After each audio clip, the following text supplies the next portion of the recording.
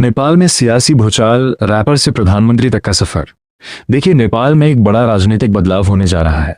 एक 35 वर्षीय रैपर जो अब नेता बन चुके हैं, देश के अगले प्रधानमंत्री बनने जा रहे हैं।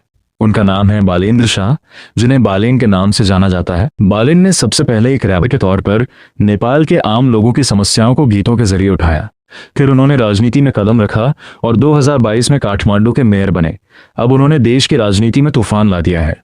हाल ही में हुए चुनाव में उनकी पार्टी ने लगभग सारी सीटों पर जीत दर्ज की है। ये सब कुछ ऐसे समय में हुआ है जब कुछ महीने पहले ही जेन जी के बड़े पैमाने पर प्रदर्शनों ने देश को हिलाकर रख दिया था। तो आखिर ये शख्स कौन है?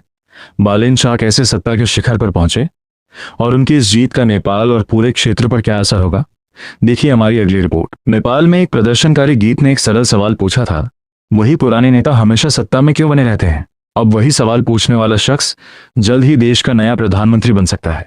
35 वर्षीय बालेंद्र शाह, जिन्हें बालेन के नाम से जाना जाता है, ऐतिहासिक जीत की ओर बढ़ रहे हैं। उनकी पार्टी राष्ट्रीय स्वतंत्रता पार्टी नेपाल की संसद में भारी बहुमत हासिल करने जा रही है। ये नतीजा नेपाली राजनीति में दशकों के सबसे नाटकीय बदलावों में से एक है। वर्षों तक सत्ता उन्हीं चुनिंदा दिग्गज नेताओं और पार्टियों के हाथों में घूमती रही, लेकिन इस चुनाव ने उस चक्र को तोड़ दिया है। और ये बदलाव संभव हुआ उन जेन जी प्रदर्शनों की बदौलत जिन्होंने पिछले साल सितंबर में नेपाल को हिलाकर रख दिया था। ये प्रदर्शन सोशल मीडिया पर लगे एक संक्षिप्त प्रतिबंध के कारण शुरू हुए, लेकिन जल्द ही एक बड़े आंदोलन में बदल गए।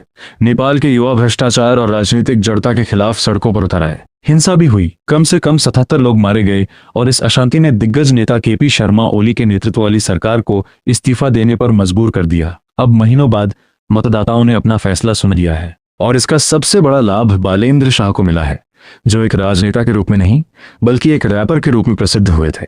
उनके गाने नेपाल में भ्रष्टाचार और सामाजिक असमानता की खुलकर आलोचना करते थे। 2022 में बालेन शाह ने राजनीति में प्रवेश किया और काठमांडू के मेयर का चुनाव लड़ा। वे भारी बहुमत से जीते और राजधानी में उनके कार्यकाल ने उन्हें एक राष्ट्रीय राजनीतिक हस्ती बना दिया और अब वे देश का नेतृत्व करने के लिए तैयार हैं। कहना होगा ये एक अविश्वसनीय बदलाव है। एक ऐसी पार्टी जिसका कोई इतिहास नहीं था, जो कल तक लोगों के लिए अज्ञात थी, उसे इतनी बड़ी जीत मिली है। लेकिन ये जीत बड़ी उम्मीदों के साथ भी आई है। नेपाल की अर्थव्यवस्था अभी भी कमजोर है